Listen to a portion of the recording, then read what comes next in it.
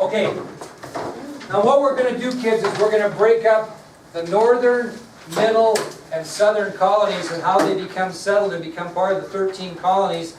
And we'll have a test on the middle, the northern, the middle, and the southern separately. So these will be a little shorter notes than probably what you had the first time. And we'll have probably kind of quiz tests like we did before that'll be worth about the same amount. Okay? The first overall subtopic is the Pilgrims arrive in New England. Okay? Pilgrims arrive in New England. I actually think I'm doing pretty good considering I haven't taught this material in like 20 years. Just so you know. Okay, on November 11th, 1620. On November 11th, 1620. After 2 months at sea, on November 11th, 1620, after 2 months at sea, a small English vessel rounded the tip of Cape Cod and dropped its anchor. I'll repeat that again so don't panic.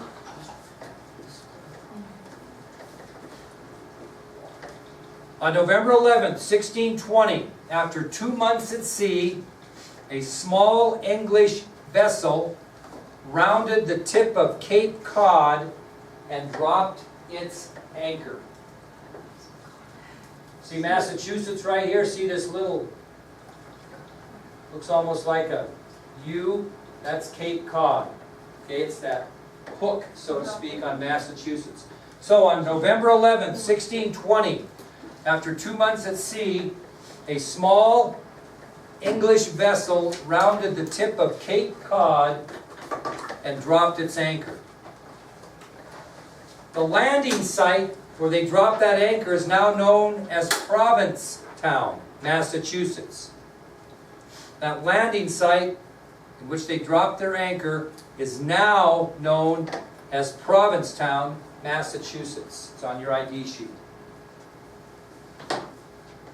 Anybody want to guess how many passengers there were on that ship that landed? 200. Close. It was small. Smaller than that. 100. 102. Okay? And this particular vessel offered 102 passengers a new chance at life.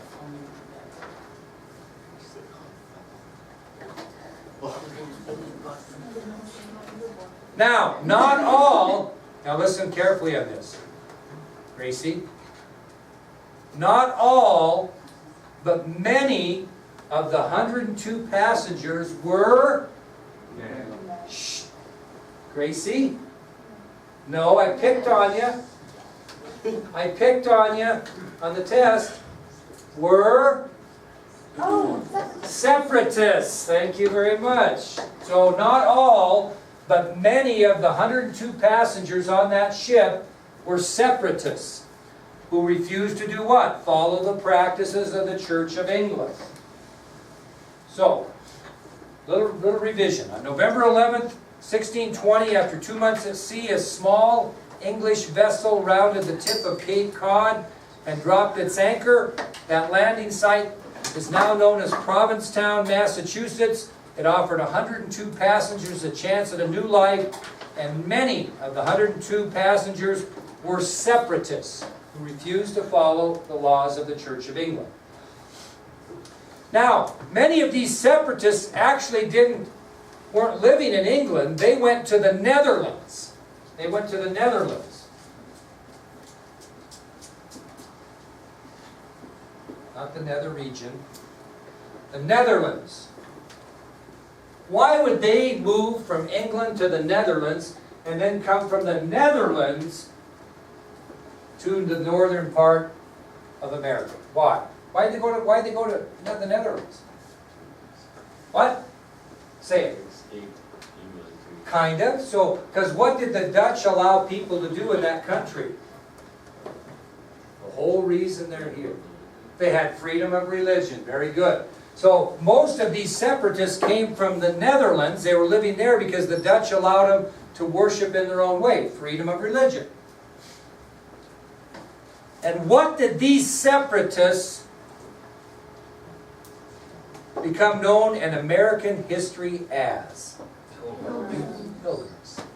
Now, we'll see how smart we are. We're going to ask the gal who broke the flag code today to answer this question.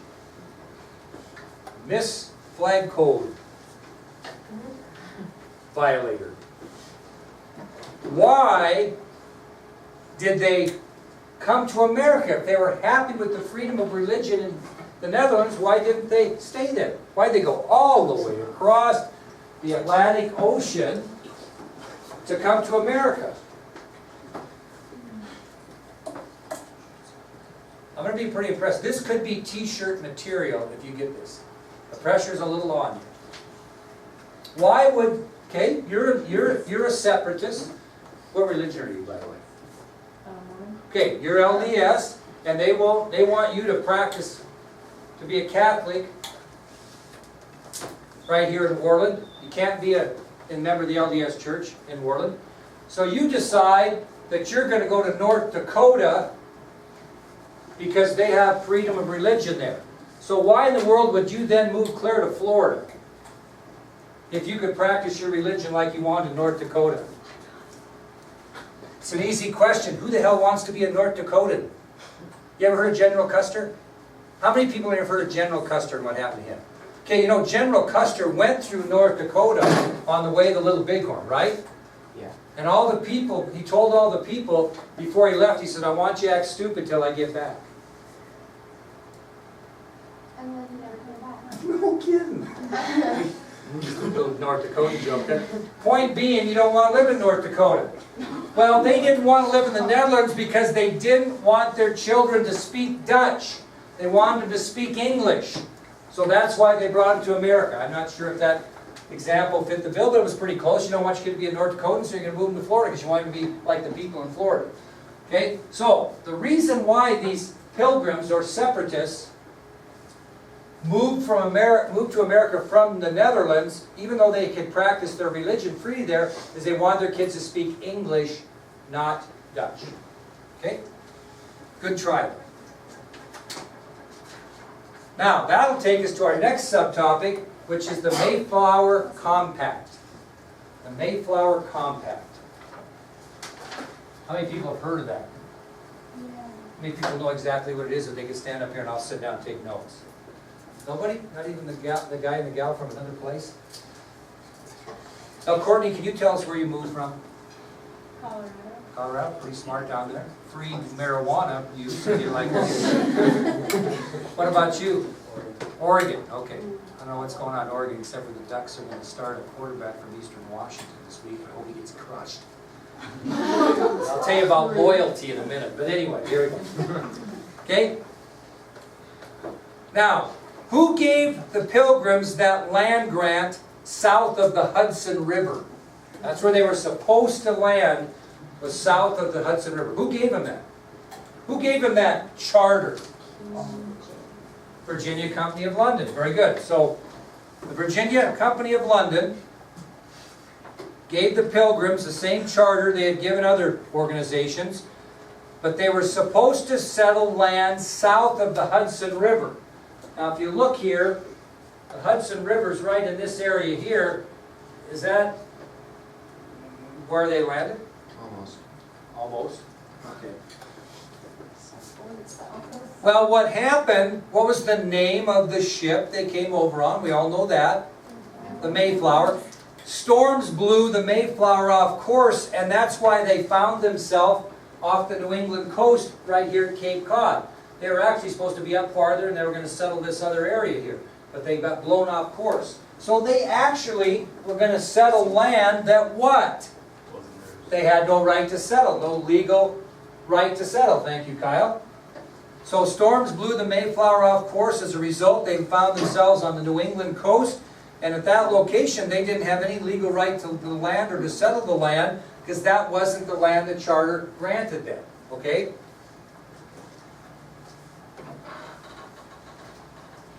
Okay. Learning from the other expeditions, what might be the first thing that you would set up once you... Have they actually, by the way, landed on land yet? No, they're still anchored, aren't they? Okay.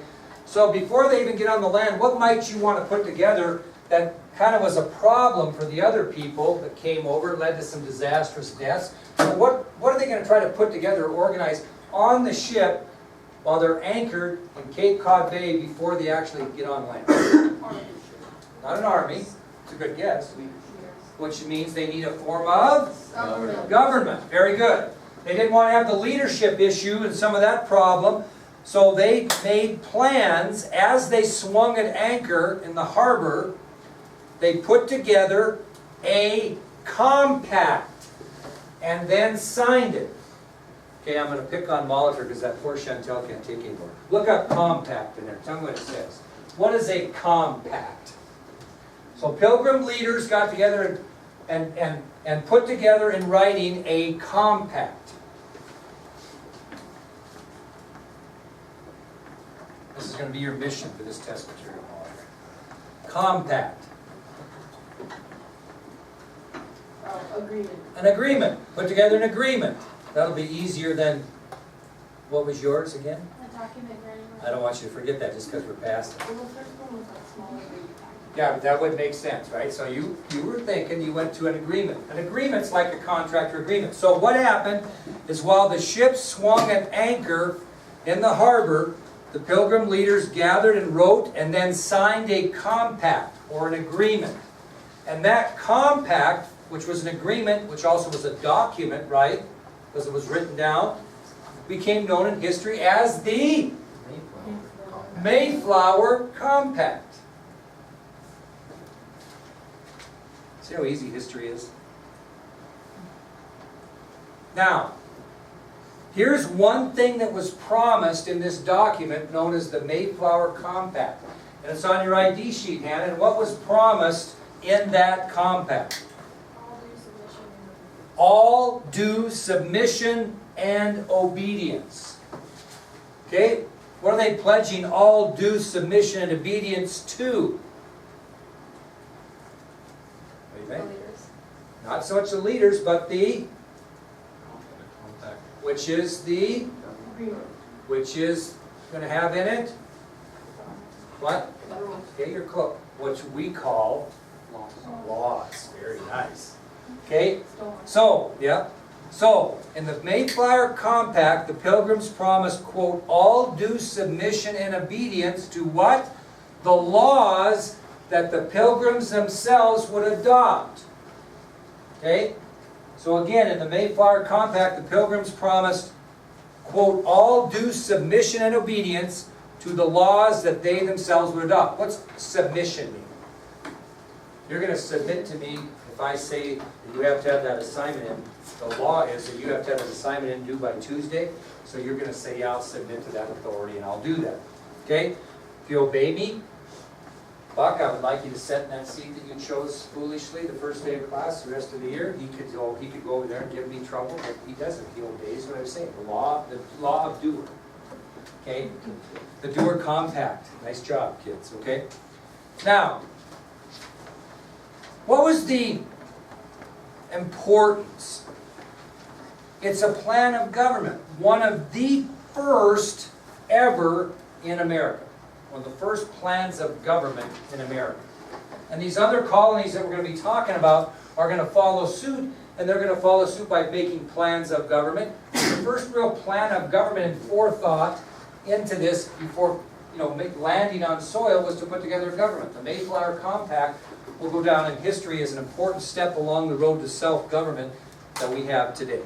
Okay?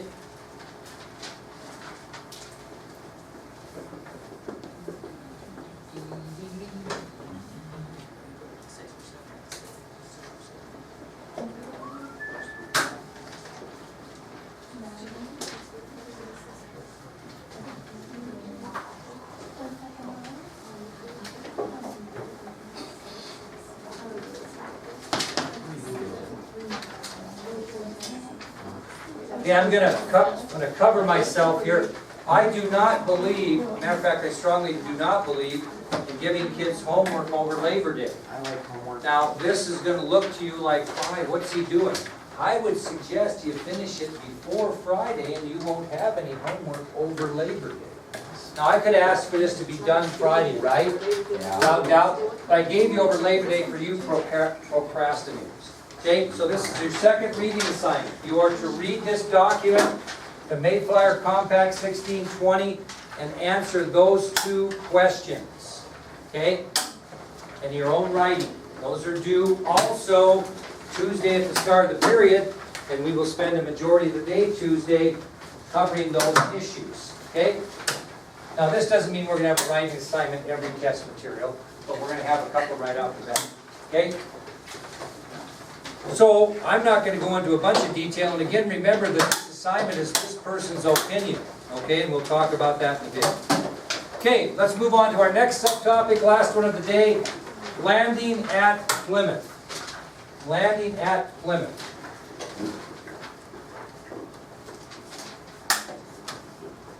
Landing at Plymouth.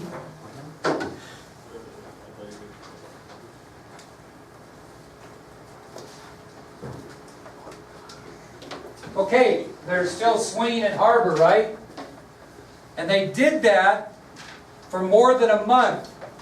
So for more than a month while the Mayflower swung at anchor, what do you think they did? Did you sit there and swing at anchor? What was their purpose? What did some of them do while the Mayflower was swinging at anchor in the harbor?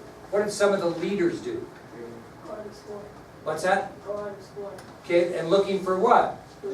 A place to settle. Okay, so as the Mayflower swung in harbor for nearly a month, a landing party, more than likely had a leader or two involved, went ashore to look for the right place to settle and build the colony.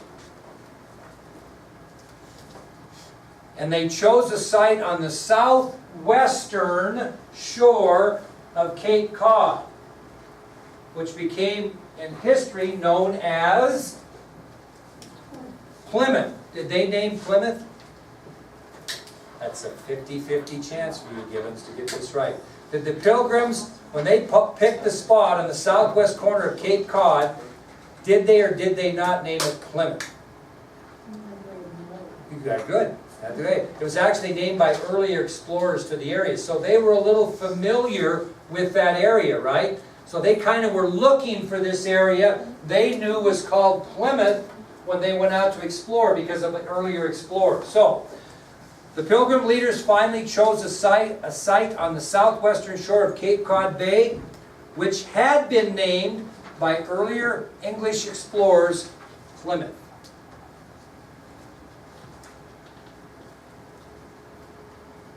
Now, if the Pilgrims could have sat over there from the Netherlands and had magic glasses that looked on upon Plymouth a few years earlier before they got there, what would they have seen?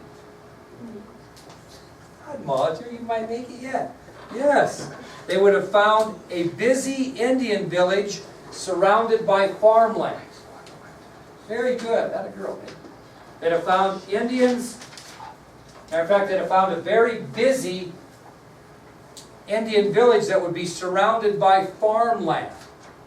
Okay? So, if the Pilgrims would have arrived at Plymouth a few years earlier, they would have found a busy Indian village surrounded by farmland. Well, what happened is there was an epidemic that wiped out a majority of the Indians, and the survivors of that epidemic abandoned the village. Okay? So when they got there, what did they see? An abandoned village surrounded by nice farmland that they didn't have to cultivate themselves. So an epidemic had wiped out most of the Indians, and the survivors of that tribe abandoned the village. And fortunately for the Pilgrims, when they arrived, those cleared fields remained, and there was a brook of fresh water that flowed into the harbor from there. So they were pretty well set up compared to other charters or settlers that came over at the Indians' expense. So, after figuring all that out, they go back to the Mayflower, and the Pilgrims sail into Plymouth Harbor in late December 1620. Late December 1620 is when they actually sailed into the bay and into the land. Now, when did they get there? Did we say? November. So, took about a month and a half. Late December 1620. Now I forgot to put this guy in your ID sheet, so you're going to have to add it. I don't know how I missed that, but I did. Fellow by the name of William Bradford. Does he look familiar from your assignment? Huh? Yeah. That should be on your ID sheet, so please add it on there under landing at Plymouth. William Bradford was one of the Pilgrim leaders. And he was quoted as saying, the 25th day began to erect the first house. What does he mean by that? The 25th day began to erect the first house. Like the first house of government. First house of the settlement was started to be built which day? Christmas, 25th of December. Okay, he didn't say Christmas, but he did say the 25th day began to erect the first house. So December 25th, we know it as Christmas today. December 25th, 1620 is when they started to build the first shelter or home the Pilgrims did at Plymouth. Now, do you think they just quit when the winter came, or do you think they kept working? Kept working. And because it was cold that winter, many of those Pilgrims sickened and some even died. So they lost some of their colony over the tough winter. Matter of fact, before spring arrived, half of the Pilgrims perished. Half. So they did not quit their working over the winter months. Many sickened and died. And before spring arrived, half the Pilgrims had perished. Like Mayflower's sitting right there. What was an option for them? Get on it and go back home. So